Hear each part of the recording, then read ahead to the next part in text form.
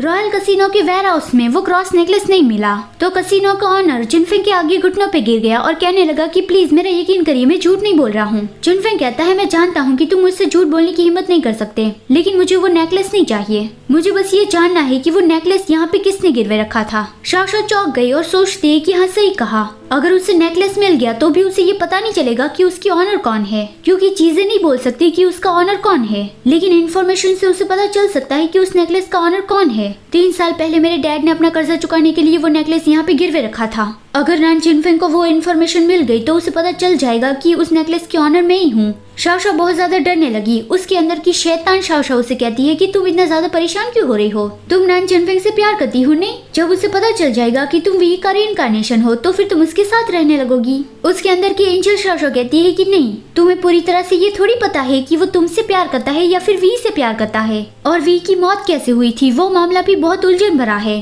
पहले तुम्हें ये पता करना होगा कि वी की मौत कैसे हुई थी, उसके बाद ही तुम्हें नान जुनफेंग को ये बताना चाहिए कि तुम ऑनर हो। शाओ अपने सर पे मारने लगी कि ये बहुत ज्यादा एनोइंग है। जुनफेंग उसे पूछता है कि चुटकी क्या हुआ।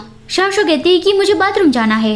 वो बाथरूम का बहाना करके बाहर आ गई और सोचती है कि मैं उसे ये पता नहीं चलने दे सकती कि मेरे डैड ने ही वो नेकलेस बेचा था। जो लोग वो इन्फॉर्मेशन लेने गए थे वो उसके पास गए और उसने कहा कि मैं प्रेसिडेंट नान की सेक्रेटरी हूँ, तुम लोग डॉक्यूमेंट लाने में बहुत देर लगा रहे हो, तो उसने मुझे भेजा। तो फिर उन लोगों ने बता दिया कि वो वेयर हाउस कहाँ पे है। शाओ उस रूम तक पहुंची, लेकिन जैसे ही वो अंदर गई वहाँ पे किसी ने किसी को गोली से उड़ा दिया। वो लीमो था जिसने किसी को मार डाला था। लीमो वही डीमन है जिसे डीमन वर्ल्ड की क्वीन ने यहाँ पे इंसानी दुनिया में भेजा है वी को ढूंढने के लिए। शाओ डर गई कि किसी ने किसी को मार डाला, अब मैं क्या करूँ? क्या वो मेरा मुंह बंद करने के लिए मुझे भी मार डालेगा? लेकिन मैं मरना नहीं चाहती। हाँ आइडिया। वो अंधी होने का नाटक करने लगी कि हेलो यहाँ पे कोई है। लीमो गन अंदर रखता है और स्माइल करके कहता है कि हाँ मैं तुम्हारे लिए क्या कर सकता हूँ। शाओ कहती है अच्छा है कि कोई यहाँ पे है, वो क्या है मैं देख नहीं सकती ना, और मैं बाथरूम ढूंढ रही हूँ। लीमो कहता है नहीं ये बाथरूम नहीं है, चलो मैं तुम्हें दिखाता हूँ कि बाथरूम कहाँ पे है। शाओ कहती है नहीं तुम मुझे बता दो, मैं अकेले ही चली जाऊंगी।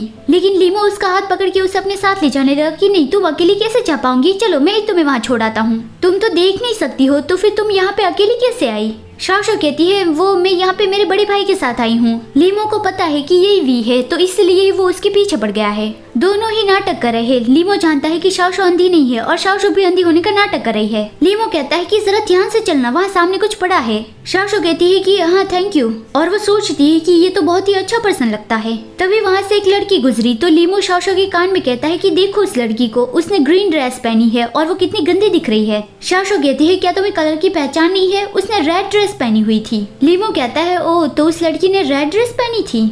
शाओ सोचती है कि ओह नो मैं उसकी जाल में फंस गई। तभी शाओ ने देखा कि जुनफेंग को जो डॉक्यूमेंट चाहिए वो कुछ लोग लेके आ रहे थे, तो फिर वो भाग के उसके पास गई कि मैं प्रेसिडेंट नान की सेक्रेटरी हूँ, उसने मुझे ये डॉक्यूमेंट लाने को कहा है। उसे डॉक्यूमेंट्स तो मिल गई, लेकिन वो लीमो के बारे में सोचती है कि अब मैं उसका क्या करूं। लीमो उसके पास ही आ रहा था तो शाओ भाग के चली गई कि भागना ही बेस्ट ऑप्शन है। उसने लीमो से तो पीछा छुड़वा लिया, लेकिन उसने जुनफेंग की आवाज सुनी। वो डर गई कि ओह नो अभी तो मैंने इस फाइल को डिस्ट्रॉय भी नहीं किया है। लेकिन अभी जुनफेंग यहाँ पे आ गया था तो फिर वो उसके सामने नॉर्मली बिहेव करने लगी। जुनफेंग कहता है उन लोगों ने बताया कि वो फाइल तुम्हारे पास है। शाओ कहती है हाँ मैं जब बाथरूम से वापस आ रही थी तो वो लोग मुझे रास्ते में मिल गए, तो मैंने सोचा कि मैं ही लेके आती हूँ। लेकिन जुनफेंग ने जब वो फाइल देखी तो वो एकदम ही खराब हो गई थी। कसिनो ऑनर उससे माफी मांगता है कि लगता है इसे चूहों ने कुतर डाला है, वो काफी वक्त हो गया है ना। शाओ भी अंदर से हंसने लगी कि मैं तो कितनी बुद्धू हूँ, अगर फाइल 3 साल पुरानी होगी तो वो एकदम ही डैमेज हो गई होगी। लेकिन जुनफेंग कहता है कि कोई बात नहीं, मैं इसे मेरी पावर से रिस्टोर कर लूंगा।